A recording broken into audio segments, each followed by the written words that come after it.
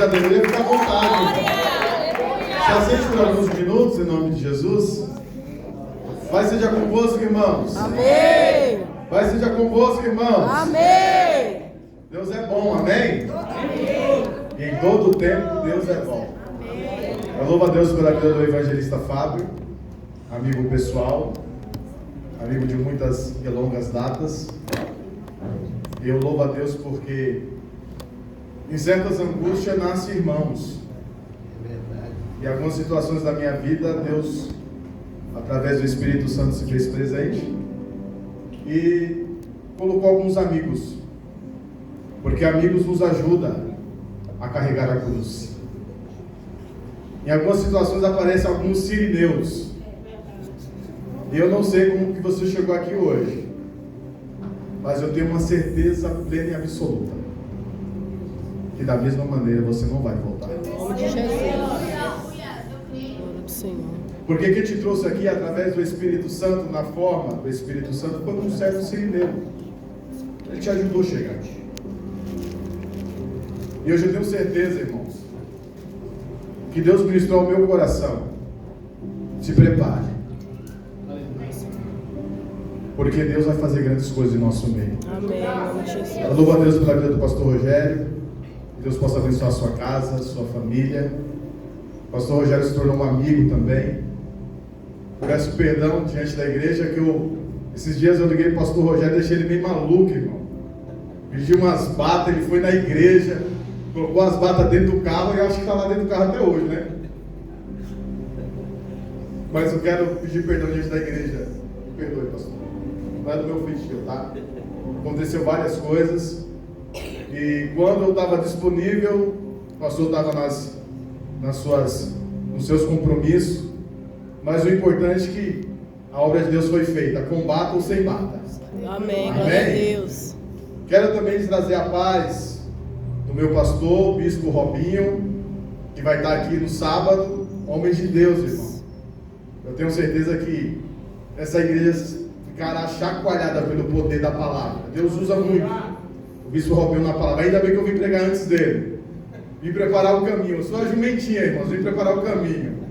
Eu tenho certeza que essa festa, Jesus se fará presente em nome de Jesus. Eu gostaria que você curvasse um pouquinho a sua cabeça. Eu quero fazer uma oração. Já foi orado. Eu pedi. Dá um pouquinho mais de som para mim aqui, querido, por gentileza, que eu não estou conseguindo me ouvir aqui. Senão eu vou ficar gritando e vai ficar ruim para a igreja. Eu sei que o pastor Rogério já orou por mim. E eu louvo a Deus. Só que nesse exato momento eu quero orar por você.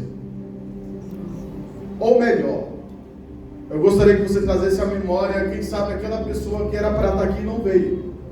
Você fez um convite. E talvez ela falou que viria. Mas aconteceu muitas coisas e ela não veio. Ou talvez você conhece uma pessoa que se afastou. Caminhava junto com você. Só que infelizmente se desviou.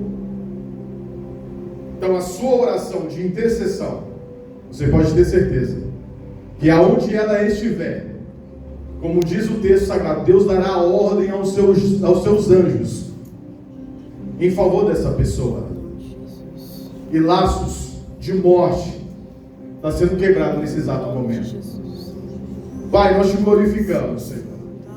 Nós como igreja, nós estamos aqui, Senhor, para orar por aqueles que não vieram. Os meus irmãos que por alguma tarefa, Senhor, do dia a dia o impediu de estar aqui. Mas como igreja eu quero interceder, ó Pai, juntamente com os pastores, com os líderes dessa congregação. Que o Senhor possa, Pai, em nome de Jesus, abençoá-los. Ó Pai, também nós oramos em concordância juntamente com a igreja. Aquelas pessoas que se encontram desviados, ó Pai, por algum momento se desviaram da fé. Ó Deus, que o Senhor venha ter misericórdia, que a Tua graça possa alcançá-los. Ó Deus, e nós profetizamos porque é um culto aqui, Senhor Jesus, um culto profético. Aos olhos humanos nós vemos muitas cadeiras vazias, mas nós queremos profetizar, Senhor, que a Maria, que o João, que o José, que o Augusto, que a Marta, o Pai estará aqui no próximo culto, em nome de Jesus. Porque como igreja nós profetizamos, Senhor, Que o Senhor possa enviar os seus anjos para guardá-los. Ó Pai, que o Senhor possa enviar os seus anjos para livrar de todos os males. Ó Deus, eu tenho certeza que em algum momento, Senhor, alguém pegará um microfone, irá contar um testemunho dizendo que estava afastado e por algum momento ele sentiu um frescor, sentiu de alguma forma um abraço. E nós queremos, ó Pai, desde já, Senhor, cremos que através dessa oração, que este moço, essa moça está sendo, ó Pai, nesse exato momento, sendo livre, Senhor, da morte. Ó Deus, em nome de Jesus nós declaramos, como igreja, Senhor, em nome de Jesus, em nome de Jesus. Você pode adorar a Deus com as suas palmas, em nome do Senhor?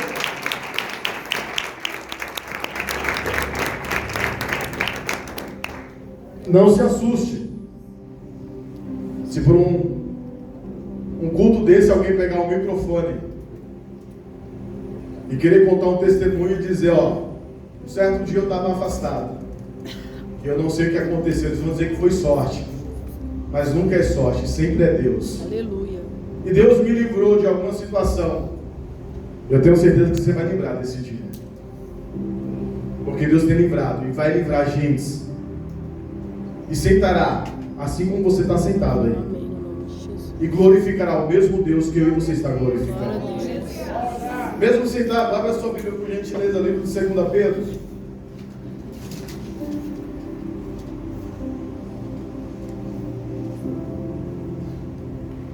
Capítulo de número 3, mesmo sentado. Tá? Tem alguns minutos. E eu quero expressar aquilo que Deus colocou em meu coração durante esses dias. 2 Pedro, capítulo de número 3, versículo de número 9. Quem achou, diga eu venci. Eu venci. Quem não achou, diga eu vencerei. Vamos vencer juntos, né? 2 Pedro, está pertinho de Apocalipse.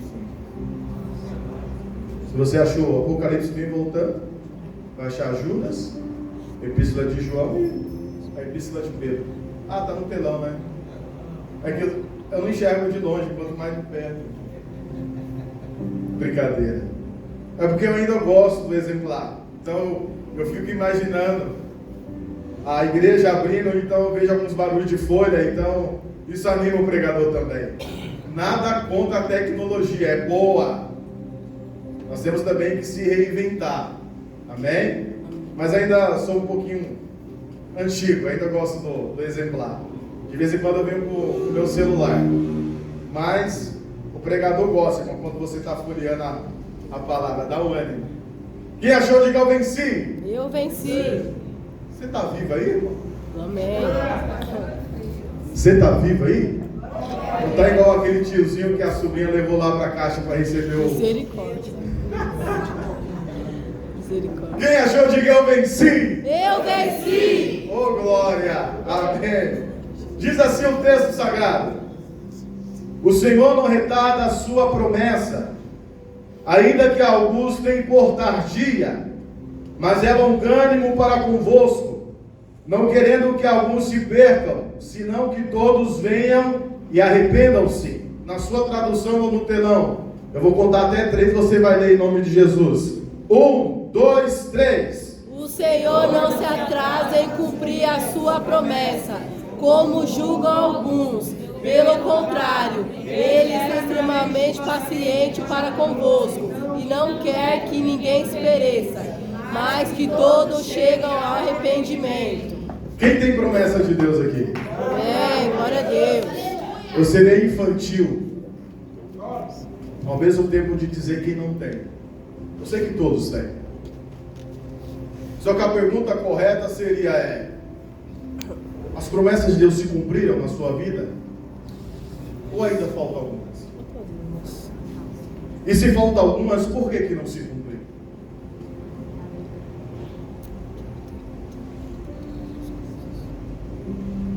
Aonde que está o defeito? Quem que está errando? É Deus que está errando? Ou somos nós que estamos errando? Porque eu não sei você, mas em algumas igrejas, principalmente em janeiro, tem o tal do janeiro profético. Eu participo do janeiro profético, eu ministro sobre o janeiro profético, que são os 12 dias para os 12 meses. Estamos no mês de número 4, já chegando no mês de número 5. Eu te pergunto, o que mudou?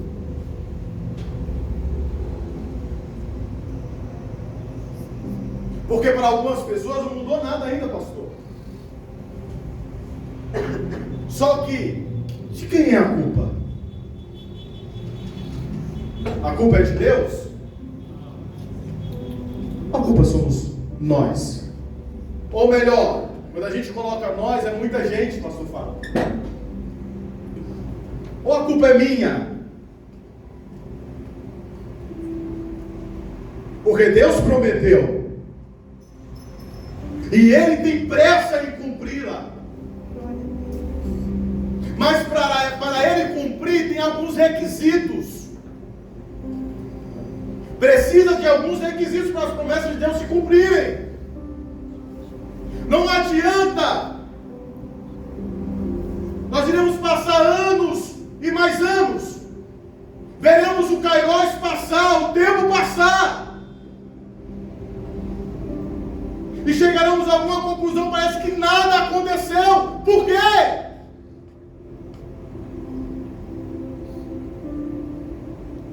Por que não se cumpriu, pastor? Temos um maior inimigo que é o diabo. O diabo é o nosso maior inimigo. Mas se eu fosse aqui colocar quem seria o segundo maior inimigo de muitos crentes, ou melhor, de nós crentes, eu colocaria o tempo. Porque eu já vi, irmãos, muitos se desviarem por causa do tempo. Ou melhor, não aguardar a promessa se cumprir e ver o tempo passar e colocar a culpa no tempo. Porque os anos vão se passar. O tempo vai se passar. E o que é que eu faço, pastor, para que ela venha se cumprir? É algo muito simples. Porque Deus todos os dias está batendo na porta do nosso coração. E o que faz a promessa se cumprir? Mudança de caráter.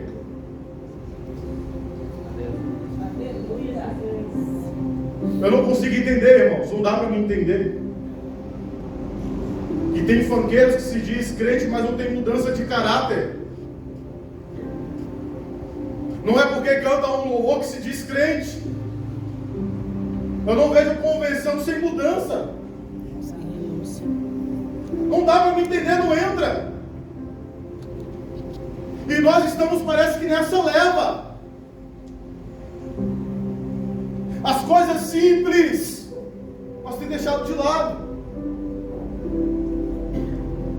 O que é para você uma oração na madrugada?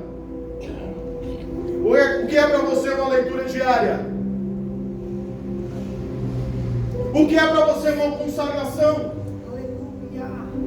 O que é para você um jejum?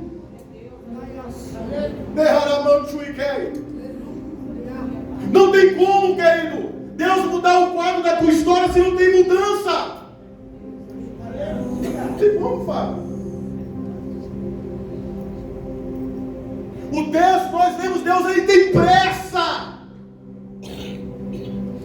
E detalhe, Ele não quer que eu e você se perca. Porque Ele sabe que em algum momento da nossa caminhada a gente vai se frustrar. A gente vai olhar para o tempo e vai olhar para os anos e parece que a gente não sai de nenhum lugar. Parece que a tartaruga está sendo mais rápida do que a promessa na nossa vida. Só que não tem como correr da responsabilidade que Deus coloca na gente.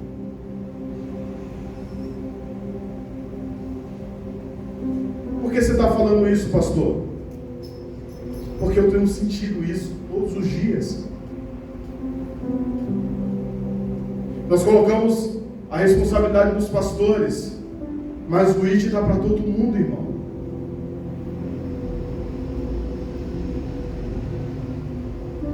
Tem pessoas que estão te observando no teu serviço e você não tem dado testemunho. Tem pessoas que estão te observando, teus vizinhos, você não tem dado testemunho, então a culpa não é de Deus.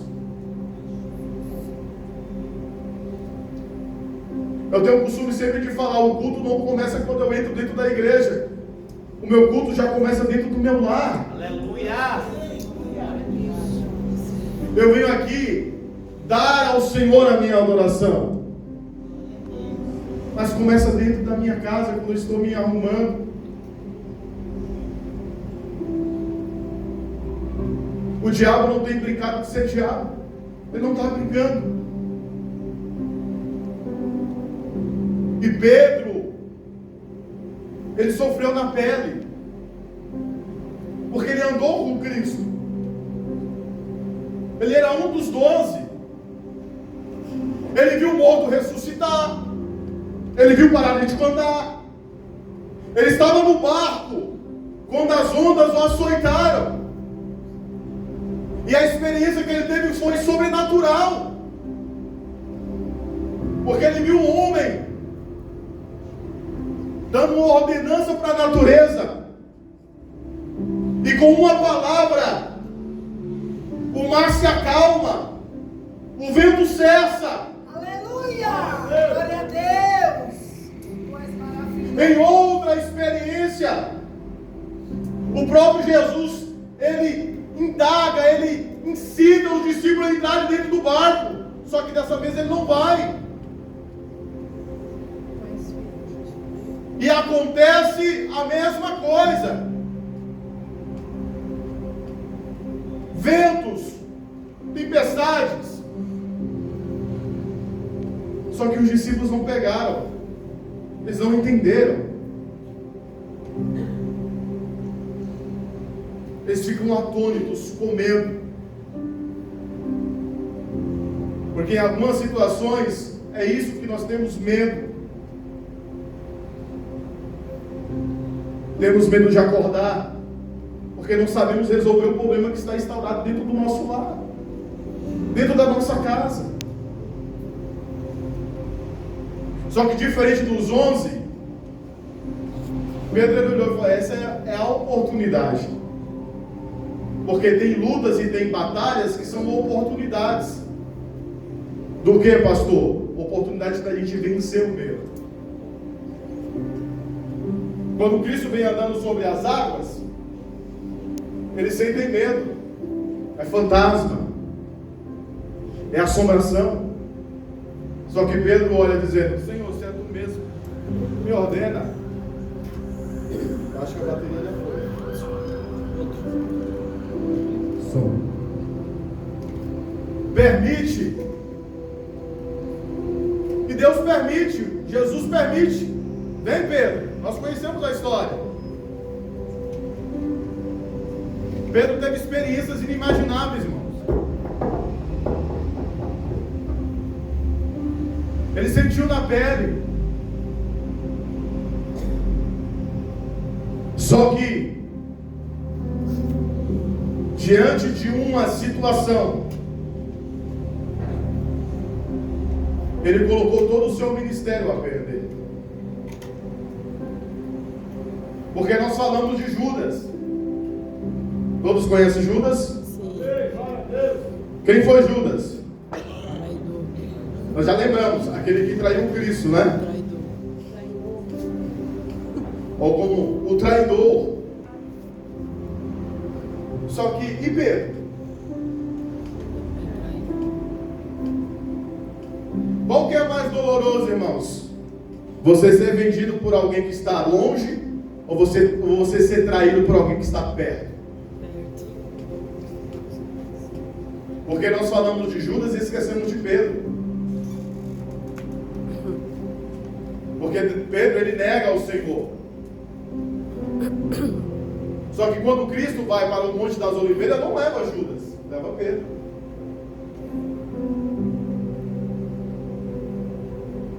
O diabo estava observando todos os passos de Pedro.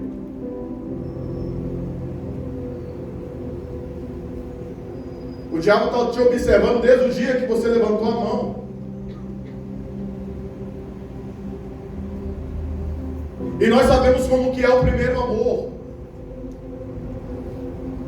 O primeiro amor, tudo é bom. No primeiro amor a gente faz coisas sem o pastor mandar. Não precisa ele mandar. Só que quando vai passando o tempo, passam os anos, nós se esfriamos. Isso é normal. Não é pecado se esfriar. Porque Deus, ele conhece você por dentro. E ele sabe que em algum momento da sua vida, da sua caminhada, você vai se esfriar.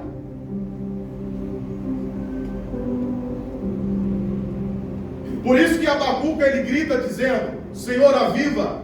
Aviva o quê? Aviva a tua obra. Aviva em quem? Aviva em mim. E no meio dos anos, por que no meio? Por que não no começo, pastor? Porque sabemos que no meio tudo é difícil, no começo tudo é fácil. Quanto tempo de cristão você tem? Pastor, eu tenho 10, eu tenho 15, eu tenho 2, eu tenho 1 ano, eu tenho meses. Pega essa pessoa que tem meses na igreja, conversa com ela, você vai ver a empolgação nela.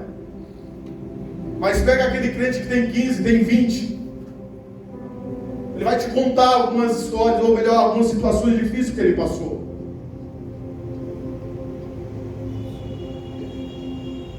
Eu venho te dizer como profeta de Deus, o meio em algum momento da sua história vai chegar.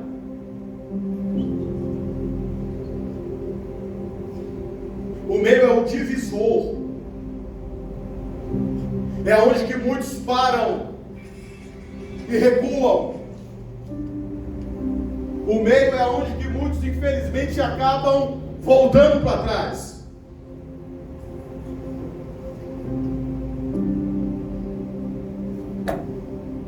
E quando nós lemos a palavra do Senhor vai nos dizer que Deus não tem prazer naqueles que desistem. Diferente de você, que mesmo fraco, mesmo falho, olha só onde você está. Talvez você não está com a mesma empolgação que eu esteja hoje. Mas teve algum momento da sua história que você teve essa empolgação. Mas em nome de Jesus, como foi falado aqui, Deus, ele está contigo. Aleluia. Glória a Deus. Não desista. Pastor, está doendo. Não desista. Pastor, só Deus sabe como que está o meu lar, minha casa, minha família. Não desista.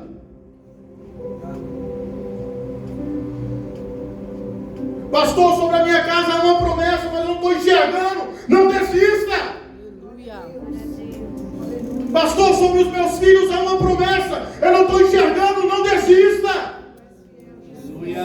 Glória a Deus.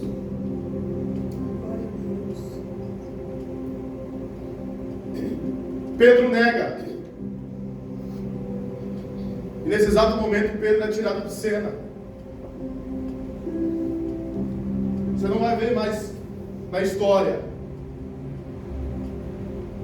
algum relato sobre Pedro, a não ser em Atos. Mateus para de falar sobre Pedro. E quando vem falar sobre Pedro, Pedro está fazendo o quê? Pescando. Querendo voltar para trás. Quando ele pega, quem sabe um pedaço de pena, um pedaço de papel para escrever esse versículo, ele sabia do que ele estava falando. Porque em algum momento, ele pensou em parar. Porque ele viu que o tempo era o seu maior inimigo. Ou melhor, um dos seus maiores inimigos. E ele declara em sua epístola dizendo: Deus, ele não retarda. O que é retardar? Atrasar. Deus não atrasa de forma alguma.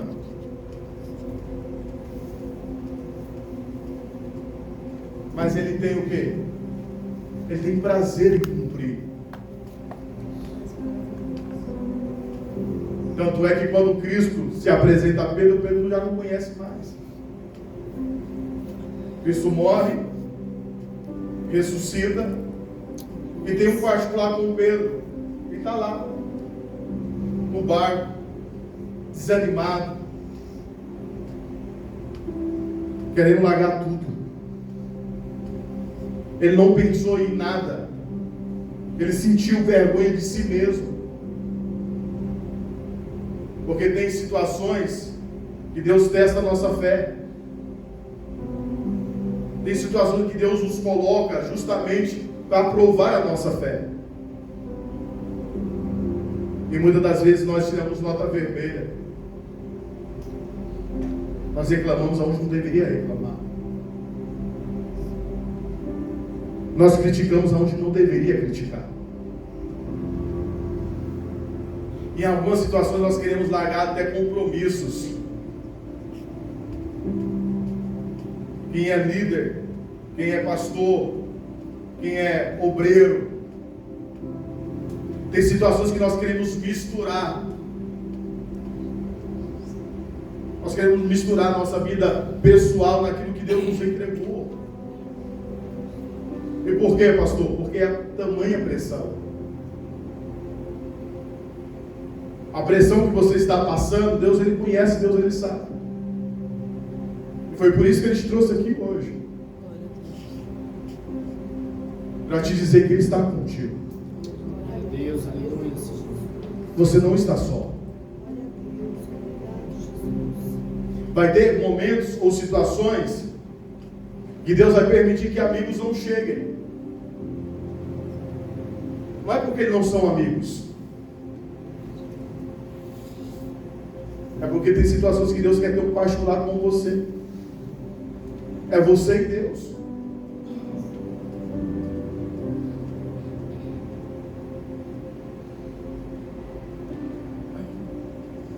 Eu sei que algumas pessoas aqui, se eu fosse abrir oportunidade para contar como tem sido o seu começo de ano, não tem sido fácil. Ou melhor, você nem sabe como que você chegou até aqui, até o mês de abril, porque o ano de 2023 foi terrível. Se você conseguir enumerar as percas, talvez vai faltar dedo.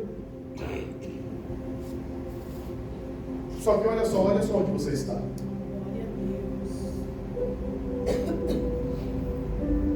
Um sentimento chamado depressão tem entrado como um avalanche nas igrejas. Tem pessoas que estão deprimidas e não sabem que estão com depressão.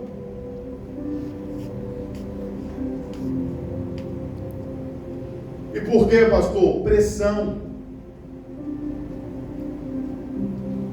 É problema em casa, é problema no lar, é problema no serviço. E vem aquele turbilhão, nós não conseguimos reagir. Se eu fosse contar para vocês, o meu ano de 2023 foi um dos piores anos. Em questão de percas. Em questão de traição. Quando eu digo traição, não é a minha esposa. É de pessoas que se dizem amigos.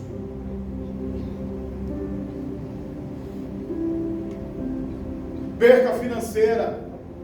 Isso nos abala. Nos entristece. Eu tive uma perca de aproximadamente 29 mil, sem eu ter culpa. Tirei uma carta de crédito no meu nome para o meu irmão não pagou. Isso em 2013, melhor, 2003. Um caminhãozinho que ele comprou, o Fábio conhece, o Fábio viu. Só que ele não pagou. Foi correndo juros. Juros e mais juros. Meu pai teve que amputar a perna em 2023. por erro médico, negligência médica. O carro dele era um Celta, não cabia a cadeira de roda. Vamos comprar um carro maior. Pesquisamos, achamos um Classic, que o porta-malas é um pouco maior. Como ele não estava conseguindo se locomover e também ele não sabe mexer com o Pix, José, vou colocar na sua conta, resolve para mim. Vimos um carro. Quando eu fui para pagar o carro, cadê o dinheiro? Bate o desespero. O cartão deve ter sido clonado. Alguém clonou minha conta. Ligo no banco. Tá lá, Bacen. Nunca tinha ouvido falar desse termo Bacen.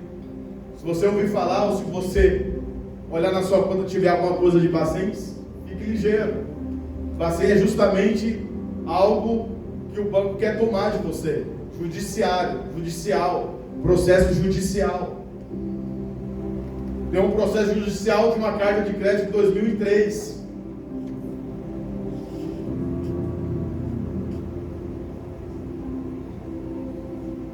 Passa-se alguns dias, alguém bate no meu carro. Trabalho de Uber também na hora vaga. Era um polícia militar,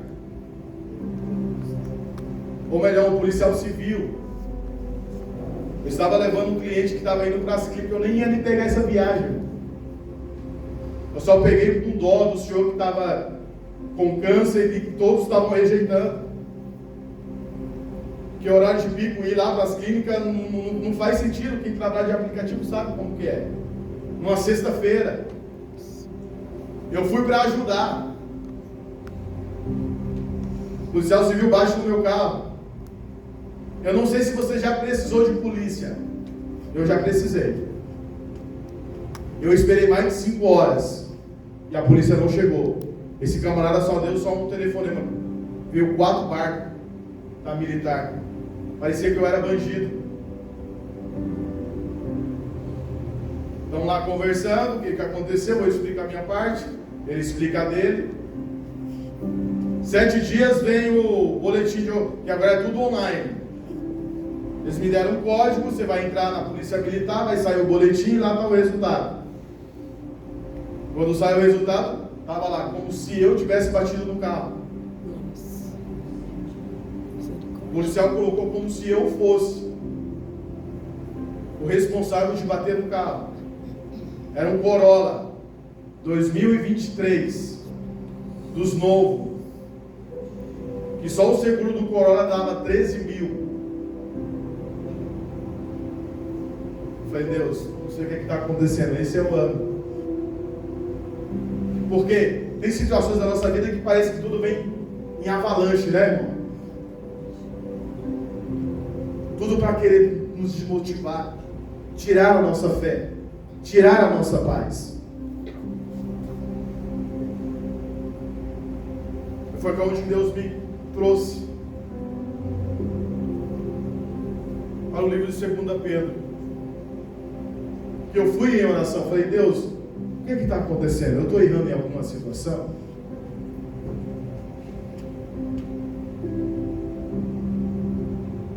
Você já começa a procurar culpa. Onde que eu estou errando, Senhor?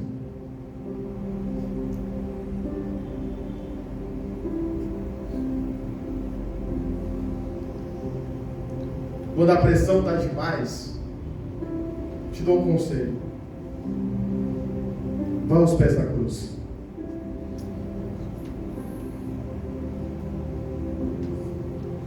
Porque é lá que nós jogamos toda a nossa ansiedade.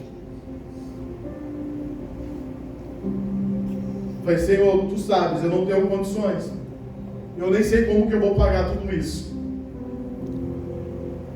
Estamos no 4º mês do ano. Deus tem me dado graça, não sei como, irmãos. Fiz um acordo com meu pai, estou pagando ele, porque não era justo. O do carro, fiz um acordo com o dono do carro, estou pagando ele mensal. Mas estou de pé.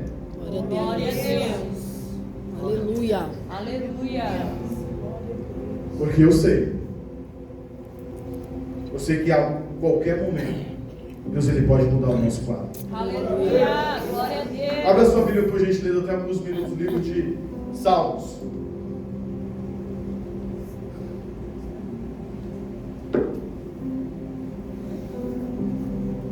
Contextualizando esse mesmo texto, 73.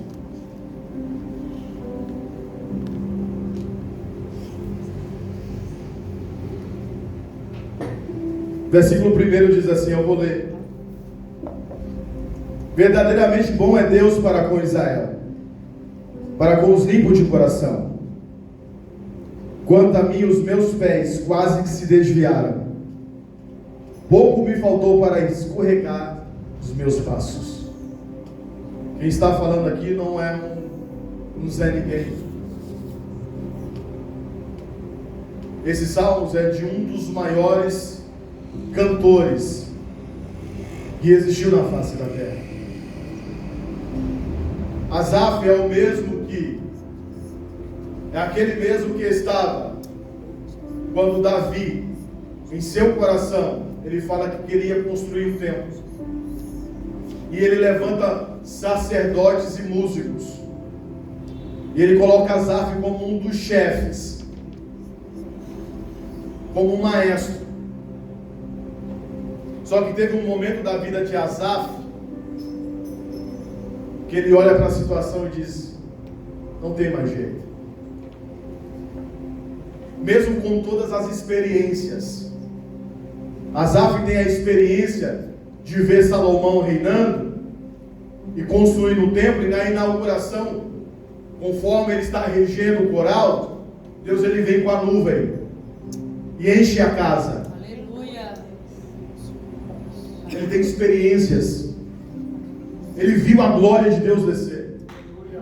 Mas tem um momento da sua vida que ele começa a orar em cântico, dizendo ao Senhor: eu sei que o Senhor é bom, eu não nego, e sei também que o Senhor tem sido bom para com Israel. Só que, Senhor, em uma oração sincera, eu tenho que te falar, os meus pés quase que se desviaram. Porque eu sei que muitas das vezes nós vestimos uma capa de super crente. Eu sei que muitas das vezes, em algumas situações, a gente quer mostrar fortaleza, enquanto por dentro nós estamos amargurados ou entristecidos por alguma situação. Eu sei que muitas das vezes a aparência não condiz o que você está sentindo dentro. Eu sei que muitas das vezes você coloca um sorriso, mas na verdade você quer chorar. Eu sei que em algumas situações você quer até mesmo desistir, largar tudo. E o que fez ele sentir tudo isso? O que fez Asaf entrar em um momento íntimo com Deus e dizer que ele está quase se desviando? Dele dobrar o joelho e dizer: Senhor, os meus pés quase que se desviaram. Em outras palavras, Senhor, não queria mais saber disso daí não. Eu sei que sobre a minha casa, sobre a minha família é uma promessa, mas eu não quero mais saber disso. Porque dá a entender, ou parece. Aí ele começa o versículo de número 3. Vai colocando aí, irmãos, por gentileza. Ele vai relatar e vai começar a enxergar o ímpio. E cá para nós, irmãos, muitas das vezes parece que não é esse mesmo sentimento. Parece que lá do lado de lá eles não sofrem. Você vem para a igreja, você vem todos os cultos, você vem todos os dias, você é convocado, você está aqui, mas parece que nada está acontecendo. Só que isso vai passando uma semana, 2 semanas, 3 semanas, 1 mês, 2 meses, 1 ano, 2 anos, e nada está mudando, parece que nada está acontecendo. Ele vai olhando para o ímpio e vai vendo que o ímpio parece ter mais riqueza do que ele.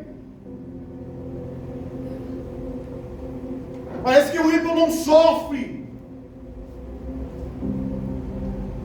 Parece que o ímpio tem uma fortaleza que parece que nós como cristãos não temos. Ele começa a olhar para a mesa do ímpio e dizer: lá tem pão, lá tem comida, e na minha não tem.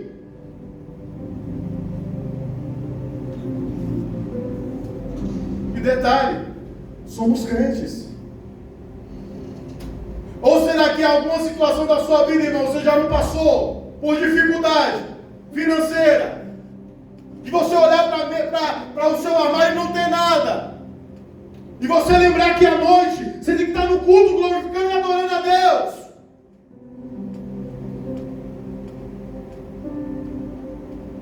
Como adorar? Como exaltar um Deus que parece que tudo está faltando dentro do seu lar?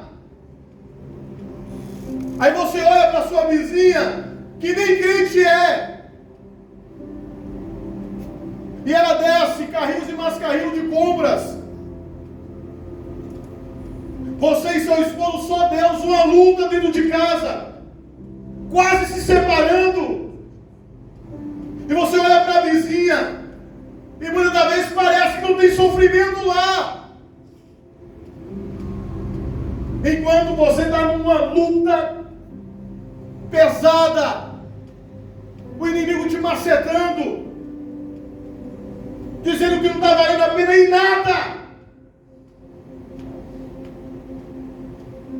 Ele olha para todo esse contexto, ele tem uma promessa, ele sabe que tem uma promessa, só que os anos vêm castigando, desmotivando.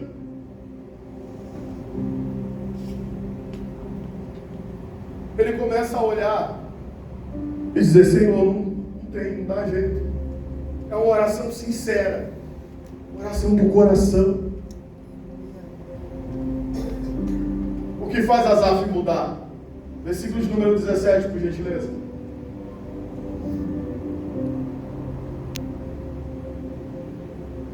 Qual que faz ele mudar? Eu pergunto para vocês, ele foi para alguma festa? Sim ou não? Não. Você responde, ele foi para alguma festa? Sim ou não? Não. Ele foi para algum baile? Sim ou não? Não. Ele foi contar as suas lamentações para pessoas que não estão nem aí? Sim ou não? Não. Ele vai para onde? Ele vai para o templo. Ele vai para o santuário. Aleluia. Porque ele sabia que todo aquele sofrimento que ele estava passando não adiantaria ele contar para ninguém. As pessoas poderiam julgar ele. Então o que ele faz? Ele entra dentro do santuário. E dentro do santuário, dentro da igreja. E aqui está um conselho. Não importa como que você esteja, vai ter dias que você vai sentir vontade de vir para a igreja. Mas venha. O seu maior inimigo é você mesmo. Vença. Por que dentro da igreja, pastor? Porque é aqui que Deus começa a nos explicar algumas coisas que estamos passando. A Bíblia fala que Deus habita no meio dos louvores, e há alguns louvores que Deus vai ministrando. Aí você vai entendendo. Entendendo o que, pastor? Porque de tudo isso que você está passando. Ele entendeu que valia a pena sofrer. E até então, ele poderia estar sem recursos. Ele poderia estar na sua casa sem mantimento. Mas ele sabe que ele tem um Deus que em qualquer situação está sempre presente. Como foi falado aqui com a diaconisa, ele vai pegar na tua mão e vai te ajudar a atravessar essa grande situação que você está passando. Se coloque em pé, por gentileza.